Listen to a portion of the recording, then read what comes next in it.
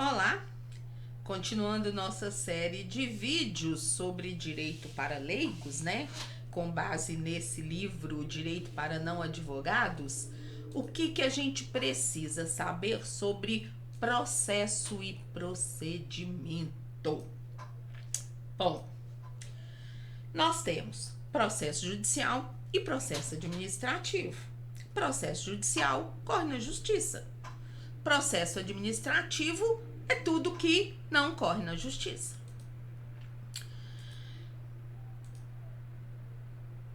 Nós temos muitas vezes a impressão que o processo judicial é demorado demais. Na verdade, essa sensação acomete quem entra na justiça em busca de um direito, por ter um direito ameaçado ou lesado. Então, quando você se acha que você foi lesado em alguma coisa, você busca justiça, você acha que está muito devagar.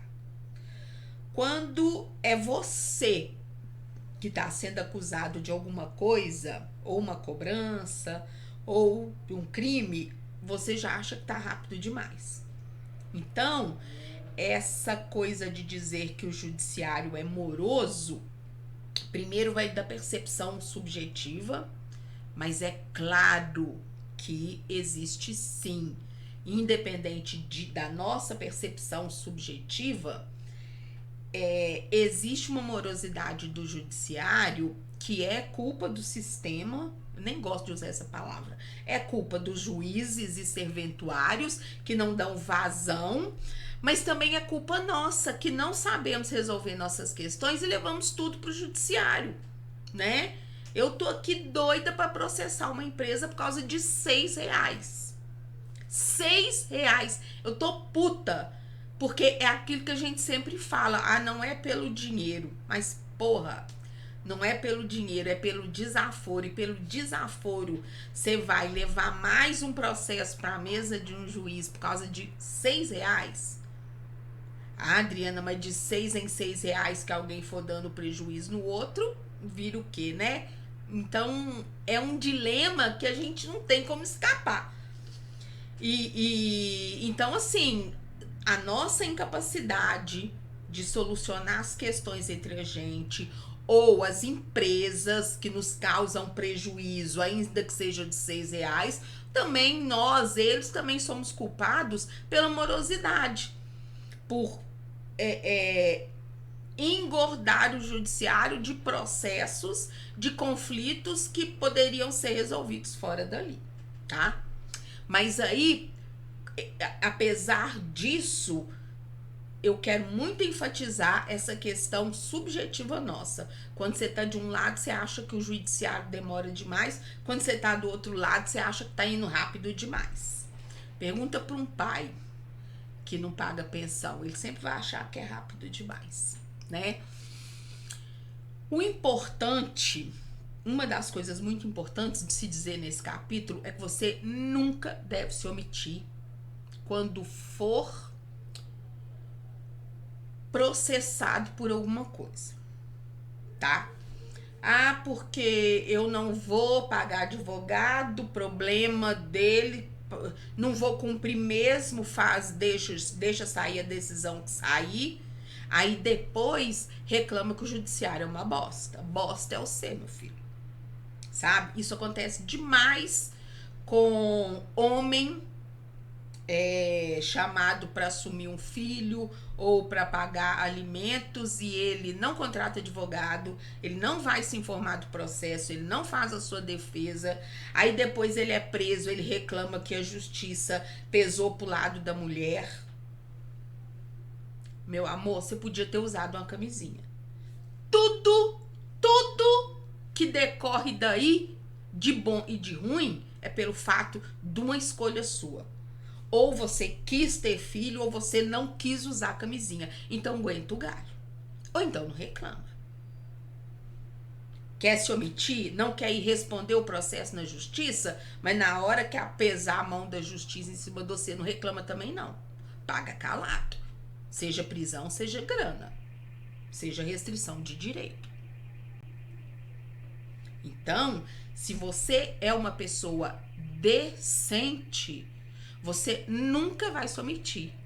Você vai procurar a defensoria pública ou um advogado particular e vai sim fazer sua defesa e vai sim apresentar suas provas e vai sim fazer de tudo para responder aquele processo dentro daquilo que você considera como justiça para o seu caso, tá? Não foi incompetente na hora de evitar ou não saber conduzir o conflito, deixou a porra do trem ir para a mão de terceiros, no caso o juiz, então agora aguenta o galho.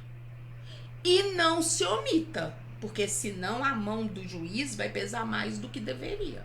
E aí fica pior. Sempre fica pior. Tanto no processo judicial, e isso que eu falei também diz respeito ao processo administrativo. Nunca se omita, tá? Pode ser uma questão de uma dívida de IPTU, pode ser uma questão de processo, se você for servidor estadual, um processo numa corregedoria, sempre faça a sua defesa. Tanto o processo judicial quanto o processo administrativo, você tem direito ao contraditório, que é responder às acusações do outro, seja em que esfera for, esfera civil ou penal, e a ampla defesa. Claro que nos limites da lei você não pode constituir, isso todo mundo sabe, né? Prova ilegal. Mas é importante que você não se omita, faça uso do contraditório e da ampla defesa, para que, caso você perca a mão, caso você perca o processo, a mão da justiça recaia sobre você com justiça e não com algo maior do que poderia ser se você tivesse feito sua defesa, tá? Use sem restrição, contraditório e ampla defesa. Ah, Adriana, eu me defendi, mas ainda assim eu perdi o processo, eu acho isso uma grande injustiça. Por isso que no Brasil a gente tem o duplo grau de jurisdição, né? Na verdade a gente tem 3, mas para tratar do fato em si, da questão em si, são 2 graus de jurisdição. Se você perdeu o processo, você ainda pode recorrer. Uai, Adriana, mas e Brasília? Não é o 3º grau? Para muitos casos, Brasília é o 2º grau de jurisdição e nós não vamos entrar nisso aqui. Mas sim, algumas vezes ele pode ser uma 3ª via se o juiz tiver, por exemplo, dado uma decisão e os desembargadores confirmado que venha ferir uma lei ou ferir a Constituição. Aí vai para o STJ ou para o STF. Mas entenda, lá não se discute o fato em si. A sua galinha entrou no meu terreno porque você picotou a minha cerca. Aí a sua galinha entrou no meu terreno e comeu minha horta e agora eu quero prejuízo. Isso é discutido na primeira instância. A galinha entrou ou não entrou? A galinha entrou, mas quem picotou foi ela. A galinha entrou sim, pegou sim, mas a lei fala isso, isso e isso. Aí o juiz julga. No 2º grau de jurisdição, lá já não só com o juiz, com os desembargadores, eles vão verificar se o juiz, na hora que você vai recorrer, você não vai mais tratar da galinha e da horta. Você vai, no 2º grau de jurisdição, você vai tratar da decisão do juiz. Ela observou a lei, observou a jurisprudência, observou caso análogo, seja lá o que for, para resolver aquilo. Se essa decisão, então veja, eu já não estou mais discutindo o fato. Se essa decisão que o juiz deu é falha em alguma coisa, os desembargadores têm que mudar ela. Então eu já estou falando da decisão do juiz e não mais do fato, do seu direito propriamente dito. E se uma ou a decisão do juiz ou dos desembargadores ou ambos tiver indo contra uma lei ou a Constituição, aí é que você vai para Brasília. Se não for o caso, muito processo Brasília recusa por causa disso. Porque não se discutiu aqui que estava ferindo a Constituição. Se você não avisou para o juiz e para os desembargadores que estava, na hora de fazer sua defesa, que aquela decisão estava ferindo uma norma constitucional, então já era, não vai para Brasília, não. Então é muito complicado quando você vê na mídia que o STF tá abarrotado porque tá julgando o caso da fulana que foi presa porque roubou uma galinha. Não. Mentira. Mentira. Isso não está no STF. O que está no STF é a decisão da prisão foi ilegal porque a lei tal fala que crimes de menor potencial ofensivo, não. Deu para entender? Qualquer dúvida, coloca aí. Então, nós temos duplo grau de jurisdição. Em alguns casos, 3 graus. Isso, inclusive, é o que fundamenta aquela tese que eu sou favorável, mas infelizmente deixou de vigorar, da prisão, porque a nossa Constituição hoje fala que você só pode prender alguém, nós vamos falar disso um pouco mais à frente, depois de transitado em julgado, ou seja, depois que não cabe mais recurso nem para Brasília, só aí que você pode prender. Só que, como eu tô falando, como não se discute mais o fato em si, e sim a decisão, a estar falha ou não, isso favorece muito o bandido. Então, já ter a prisão em segundo grau de jurisdição tiraria da gente essa sensação de impunidade. Mas, por outro lado, a gente não pode ir contra uma cláusula pétrea que está na Constituição dizendo que você só pode ser preso depois do trânsito em julgado. E isso envolve depois até de Brasília, se tiver ido para lá. Então, enfim, é isso. O que mais que podemos falar de processo judicial e administrativo? Decisão em processo não se discute, cumpre-se. Repetindo, decisão não se discute, se cumpre. O momento de discussão, nós falamos lá, contraditório e ampla defesa. Esse era o momento de discutir o fato, o direito, a lei, tá? A doutrina, a jurisprudência. O momento de discussão era isso. Encerrou o processo, não cabe mais recurso, cumpra-se. E aí depois você não exerceu o seu direito ao contraditório e ampla defesa, vem a decisão judicial e você ainda não quer cumprir. Tem que tomar no cu, né? Claro que tem. Prescrição. Aqui nesse capítulo é importante saber que tudo prescreve. Menos dívida com o poder público. Tá? Mas os atos, o exercício de direitos, os atos para exercício de direito e até o cometimento de crime prescreve. Então, não durma no ponto na hora de responder a um processo judicial ou na hora de buscar um direito seu, de ter um direito seu lesado e buscar corrigir isso na justiça, porque as coisas prescrevem e você vai chorar depois.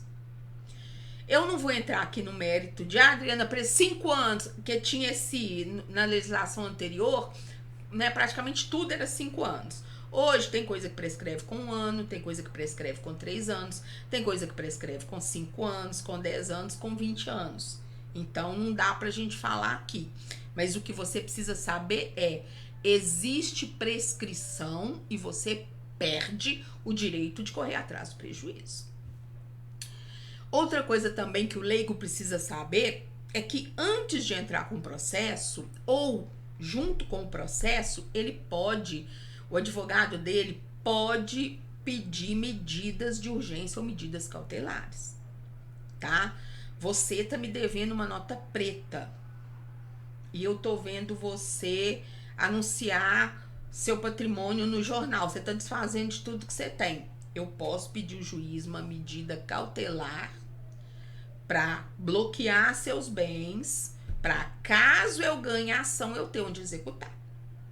Mas não é simplesmente bloquear por bloquear. Eu preciso provar. A justiça não é só porque a gente quer, ou porque a gente acha que deve, ou porque a lei permite. A gente tem que provar o risco de não ter onde executar aquela ação caso você ganhe.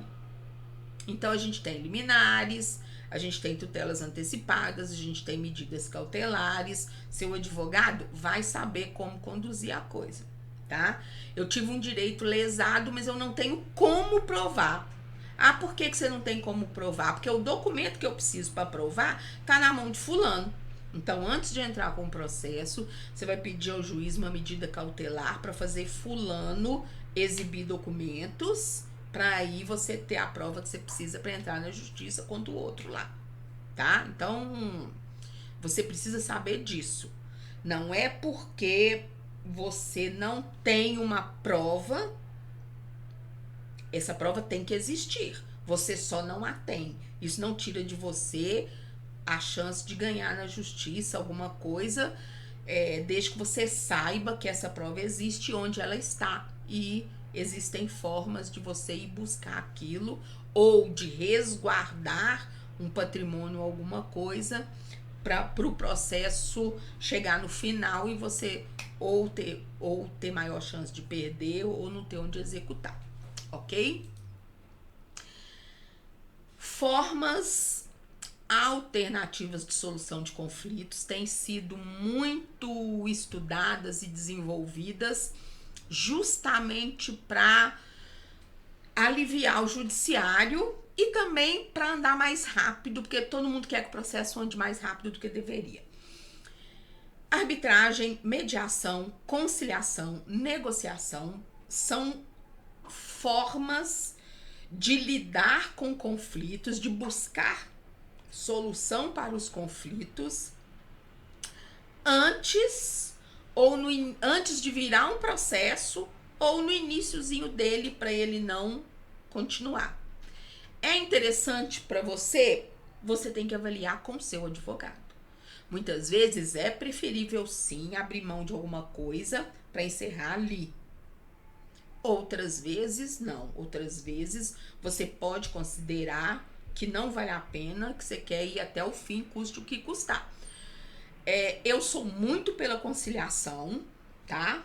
Mas o que me irrita é os tribunais, na verdade não os tribunais, os juízes, os conciliadores, quase que te obrigarem a fazer um acordo ali.